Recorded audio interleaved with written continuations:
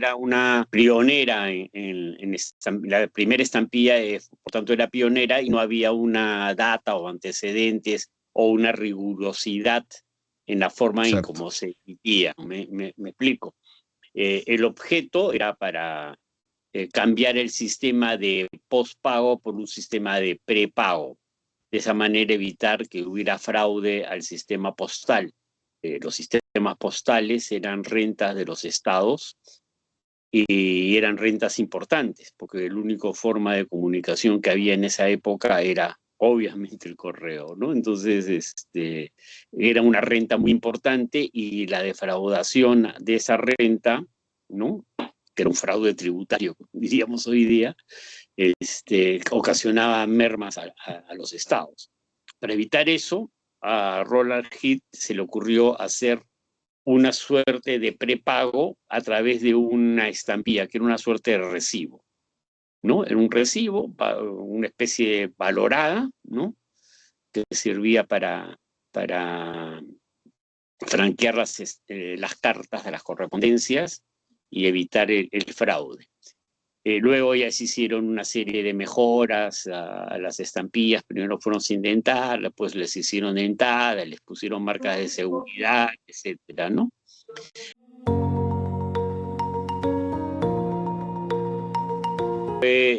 Cuando era muy, muy joven todavía, ya había comenzado a coleccionar y alguien me comentó, una persona mayor me comentó la historia de las estampillas y al comentarme la historia de las estampillas hizo referencia a la primera estampilla.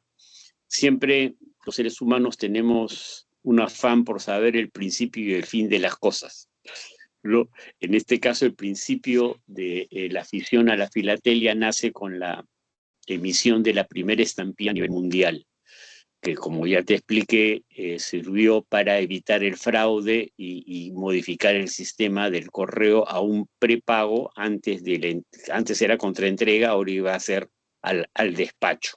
Antes el pago correspondía al que recepcionaba la correspondencia. Ahora el pago va a corresponder al que enviaba la correspondencia. Cosas curiosas existían. A veces, para evitar el pago, la persona destinataria ya tenía códigos preestablecidos con el remitente, bastaba con mirar la carátula para que supiera de qué se trataba y ya se negaba a recibirle la correspondencia y se burlaba el pago. Para evitar ese tipo de cosas se creó la estampilla como un sistema para evitar ese tipo de fraudes. Esto fue hecho en Inglaterra, se usó por muchísimo tiempo, desde la época victoriana, la reina Victoria, cuando Inglaterra era la dueña del mundo y la dueña de las carreteras que en esa época eran marinas, ¿no? Era la dueña de la marina.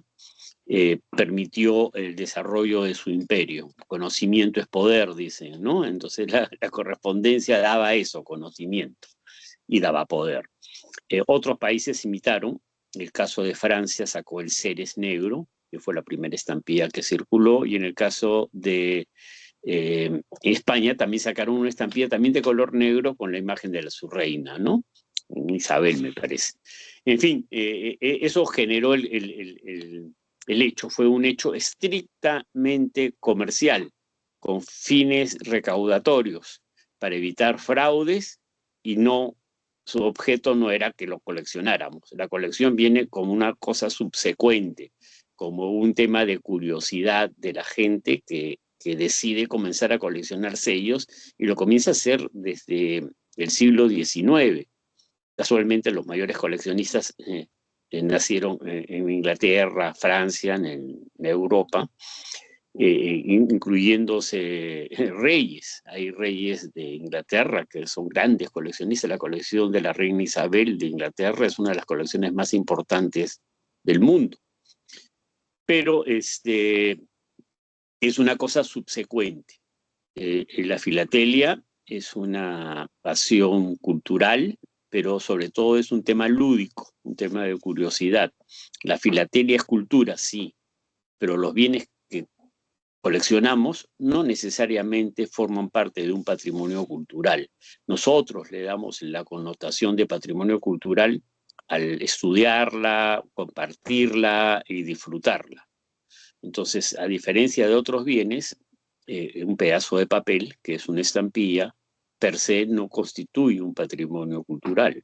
Es una curiosidad, implica que hay una transmisión de conocimientos, pero recuerda, ese pedazo de papel es el recibo que pagó una persona para la prestación de un servicio. Ergo, es es eso solamente, un trozo de papel de color el día de hoy. Equivocadamente se le quiere dar connotaciones que no las tiene y se desecha el tema estrictamente cultural, que significa que los clubs y los filatelistas las conservemos, las estudiemos, las divulguemos, ¿no? Y eso es lo que es trascendente en la vida cultural de un país, ¿no?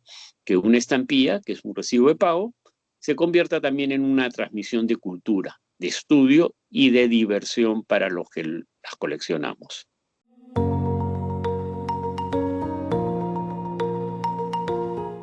¿Por qué es importante? Porque es la primera. O sea, los seres humanos siempre estamos buscando el descubrir qué es lo primero y el último. El alfa y la omega de la Biblia se repite en todas las actividades humanas, el saber, el conocer y la curiosidad que ello implica. ¿Por qué es importante? Porque es efectivamente la primera estampilla. ¿Cuál fue su impacto en el inicio de su uso? Fue un impacto estrictamente comercial. Nadie pensaba coleccionarlas. Es como la primera chapita de una gaseosa. La gente la abría por la curiosidad y para tomarse la gaseosa, que era el contenido. La gente, ¿por qué usó la primera estampilla? Porque era la manera que tenía para comunicarse, para una correspondencia epistolar o para hacer actos de comercio. Entonces resultaba imprescindible. Era un uso obligatorio. Recuerda, el correo era una renta oficial de los gobiernos de esa época y era una renta exclusiva, es decir, no se podía hacer tránsito de correo si no se contaba con la autorización especial. Entonces, la trascendencia en su uso solamente significó el cambio de modalidad en el pago del servicio. Antes era post-entrega, ahora iba a ser pre-despacho, ¿no? O sea, tú comprabas para poder despachar. Ya no importaba si el destinatario existía, no existía, o si la recibía o no la recibía. Ya el pago se había dado y por tanto el servicio que implica el acarreo de la correspondencia de un punto a otro punto se había cumplido y había que retribuirlo. Nadie debe trabajar gratis. ¿Correcto? El correo existe porque existe un emisor, un receptor, un portador, que es el que la lleva, y un camino y un tránsito. Entonces, si se dan esos cuatro factores, era un acto,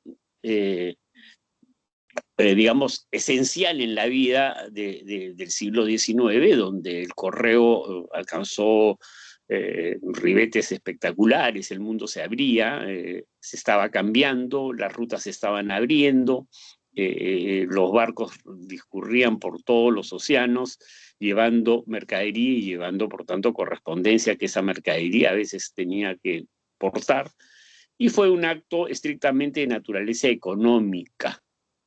Las estampillas, cuando inician su uso, fue para salvar una necesidad y cubrir un servicio estrictamente económico y en segunda instancia de naturaleza social, es decir, para mantener comunicadas a las personas. Imagínate, en el siglo XIX, si querías visitar a tus abuelitos que vivían en España, te tomabas un viaje de 3 o 4 meses incierto por los mares para llegar a destino. Igual pasaba con las cartas. Entonces era el único medio de comunicación que existía y esto facilitó luego no solamente la comunicación y el intercambio cultural, sino también y sustancialmente el comercio sobre el cual se asienta la civilización el día de hoy, ¿no?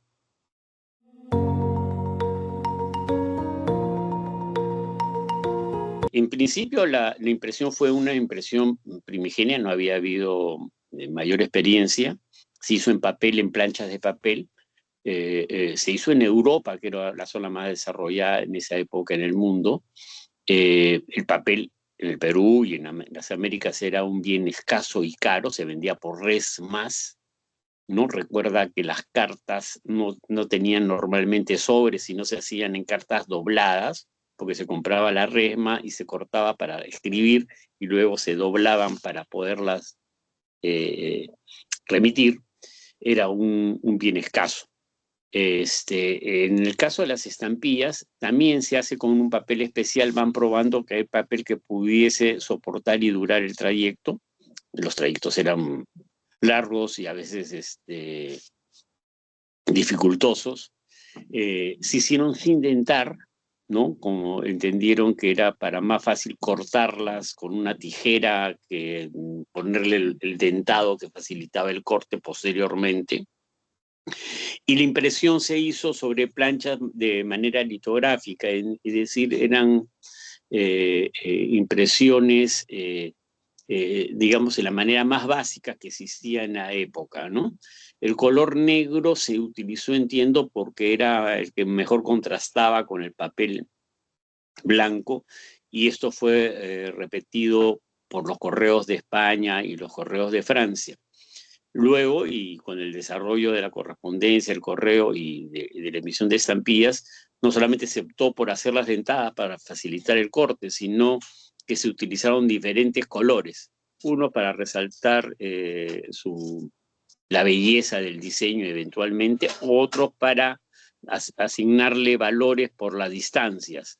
Había portes locales, interurbanos en ciudades cercanas, había portes dentro del país, había portes al exterior y había portes a ultramar, es decir, al otro lado del mar. Entonces, para diferenciar los diferentes portes y para evitar que las personas de otros países supieran cuál era la tarifa, se comenzó a identificar con colores los diferentes portes, ¿no? Todo eso recién se termina de reglamentar con la Unión Postal Universal. Cuando se constituye la Unión Postal Universal, que es la unión de los correos del mundo, de la mayoría de los correos del mundo, se van estableciendo reglas mucho más claras. El Perú ingresa a la Unión Postal Universal justo en los albores de la Guerra del Pacífico. Chile no formaba parte de la Unión Postal Universal, y a la ocupación de Lima hubo un problema con la correspondencia, porque si se franqueaba con estampillas chilenas, estas no iban a ser, esa correspondencia no iba a ser recibida, porque no formaba parte de la UPU. Se tuvo que sobrecargar estampillas peruanas con los símbolos de la Unión Postal Universal, ¿no? Para que pudieran ser estas recepcionadas en los países que eran parte de esta organización. Es un tema interesante porque forma parte de los convenios o los acuerdos multilaterales o internacionales que se celebran para diferentes actos de comercio. El correo forma parte de uno de estas entidades, ¿no? Y las Naciones Unidas, entiendo, tiene hasta una oficina dedicada a este tema, ¿no? En las estampillas suizas se puede ver las diferentes oficinas multilaterales que se han creado a lo largo del tiempo para diferentes actos. La niñez, el trabajo y también para el transporte y las telecomunicaciones. Acá estábamos justamente proyectando una de las imágenes que nos enviaste sobre un certificado de autenticidad de la Penny Black, ¿no? Que Correcto. ratifica que obviamente es genuina la estampilla. Quería que nos comentes un poquito acerca de esto. Esta estampilla forma parte de mi colección, es una curiosidad. Se hicieron millones, como te explico, a diferencia de las estampillas de Perú, las primeras estampillas, que fueron miles, las estampillas de Inglaterra, con la imagen de la reina Victoria, se hicieron por millones y circularon por todo el mundo. Los matasellos que se emplearon son objeto de coleccionismo por parte de muchos filatelistas. Asimismo, si te das cuenta, en los márgenes inferiores, al costado de la palabra One Penny, hay unas letras. Esas letras corresponden a los diferentes tipos de planchas que se emitieron en el tiempo de estas estampillas, ¿no? Pueden ser diferentes también en materia y objeto de coleccionismo. el ser la primera constituye pues un materia de curiosidad tener al menos una de ellas, conservarla. Entiendo, hay gente que las tiene en sobres, circulados, etcétera. Los valores comerciales de una estampilla de este tipo pueden, de acuerdo al estado en que se encuentre, márgenes y tipo de matasello, pueden oscilar entre los, no sé, pues será $100 o algo más, ¿no? A diferencia de la estampilla peruana, la primera estampilla peruana, el dinero azul, ¿no? De la primera emisión de Perú, que su costo usado a veces no llega a esos niveles, ¿no? Entonces, ¿por qué? Porque hay más gente que colecciona estampillas de Inglaterra clásicas que estampillas de Perú. Si nos ajustáramos al tema de oferta y demanda, que al ser más escasas las de Perú deberían ser más caras, pero a veces eso no resulta cierto. No se cumple. No se cumple. Los matasellos utilizados en esta estampilla era una cruz de Malta, que se ponía tanto en rojo como en negro. El color rojo es mucho más escasa, rara y apreciada y buscada por los coleccionistas. Es importante notar que lo que nosotros coleccionamos, que son las estampillas, también implica las marcas que se aplican encima de ellas, que se llaman matasellos, ¿no? Estos matasellos también son objeto de coleccionismo y genera interesantes debates y demás respecto a sus usos, antigüedades, escasez, rarezas, ¿no? En definitiva, la filatelia eso es lo que busca, ¿no? Ver las diferencias que pueda ocurrir entre una estampilla y otra.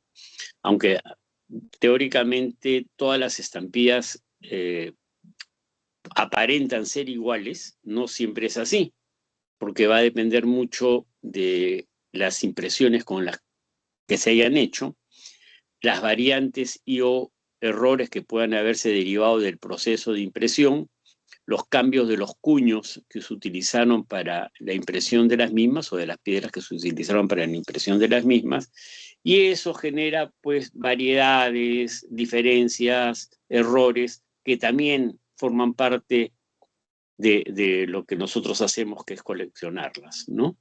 Es la parte, digamos, lúdica que tiene el coleccionismo, ¿no? Para que sea divertido. Justo nos mencionaba sobre la estampilla peruana que tiene en conmemoración a la Penny Exacto. Black.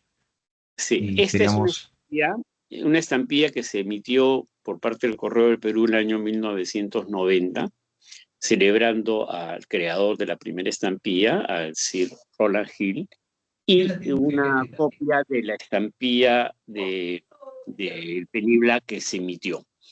Esta es del Correo Peruano en los 90, y entre las dos, si son observadores y amplían la imagen, van a encontrar una diferencia. En todo caso, para el público que nos vea, va a ser interesante que en su revisión puedan encontrar la diferencia, ¿no? Y sobre esa base, pasar un momento entretenido viendo que este tipo de placeres nos depara el coleccionar estampillas, ¿no?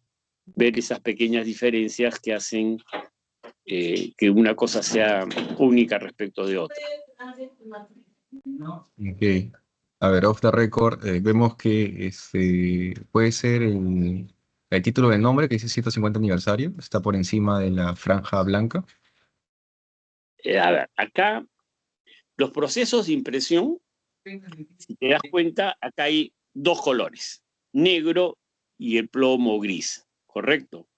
Uno se pone primero y después, son dos cuños. Cuando se hizo esta impresión, hubieron dos cuños. Aparentemente, un cuño se puso, pero el otro se puso la leyenda que iba en la parte, aparentemente acá vio hasta 3 cuños, la leyenda que iba en la franja blanca aparece corrida, y en la estampilla que está en la parte superior, esa corrida de leyenda no aparece en la franja blanca, sino aparece montada encima de la imagen gris que está superpuesta, ¿no? Eso genera una variante. Esa variante es un error. Ese error es un error que normalmente los catálogos especializados la catalogan. Para que sea error, ¿no? Tiene que ser continuo en varias planchas. No es una cosa aislada. Una cosa es que le caiga una mota de polvo al momento de imprimir y solamente esa plancha y esa estampilla va a tener esa manchita de la mota de polvo. Esa es una falla. Pero si es algo que es continuado y se repite, se constituye ya de por sí en un error, ¿no? La rareza del error, la antigüedad del error, otorga un valor adicional a la estampilla. Hay errores, y en el caso peruano, el error más importante conocido es y circulado es el medio peso tono rosa, cuando debe haber sido tono amarillo, y su valor puede alcanzar varios miles de dólares en el mercado. ¿Por qué? Porque es escaso, es raro, ¿no?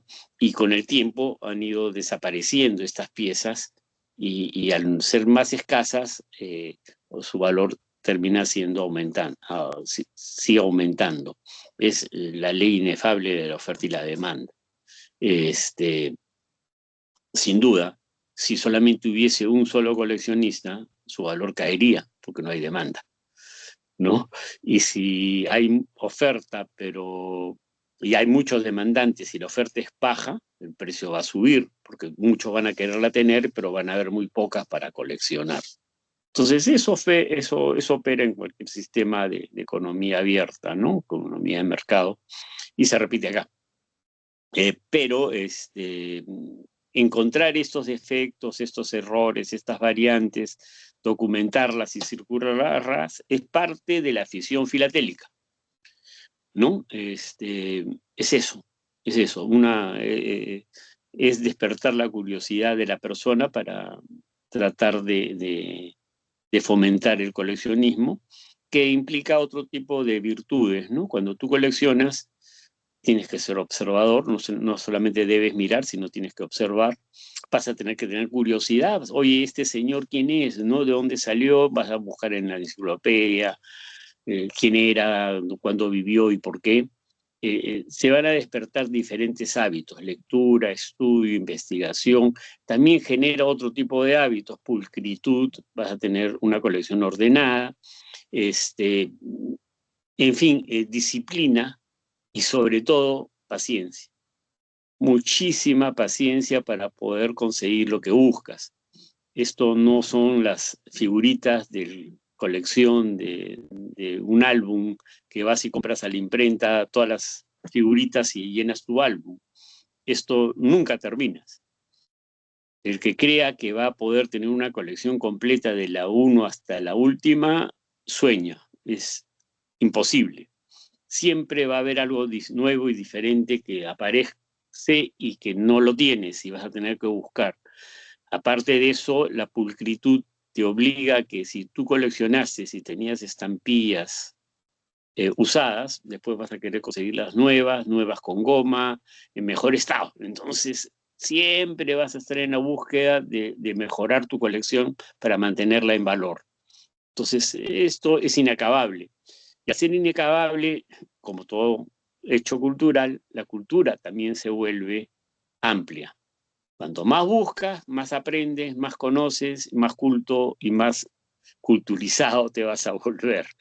Esta es la magia de la filatelia, ¿no? La magia de la filatelia que ojalá pudiera recrearse y difundirse en las generaciones jóvenes, porque independientemente de la estampilla per se, va a estar el cultivar este tipo de hábitos tan necesarios en nuestra sociedad el día de hoy, ¿no? Sin duda todos soñamos con no solo tenerlas, sino conseguir ese archivo escondido, ese cofre de los tesoros de algún abuelito, abuelita que mantuvo en su casa por tiempo, que está escondido y que de repente, oh sorpresa, lo encontramos. El placer que se va a generar durante el proceso de ir descubriendo cada una de estas piezas y de repente encontrar lo que nosotros denominamos un hallazgo, es decir, una pieza importante o trascendente dentro de la filatelia, es el mayor placer que podemos tener, ¿no? Es la curiosidad en su grado sumum. A eso tenemos que aspirar. No hay un efecto crematístico, no es tener la estampilla más cara por tenerla. No se trata de tener el bolsillo más grande para poder comprar la pieza más cara o más rara. Se trata de poder buscar en lo nuestro, buscar en lo que encontremos, en esos tesoros ocultos que Dios quiera que tenga alguna persona en la familia o de los amigos, encontrar esa pieza rara que nos faltaba y con eso darnos la satisfacción de haberla conseguido. A veces encontrar una pieza es como gritar un gol de Perú, tan escaso hoy día también, ¿no? Ponle punche y ganamos todos, Perú. Gobierno del Perú.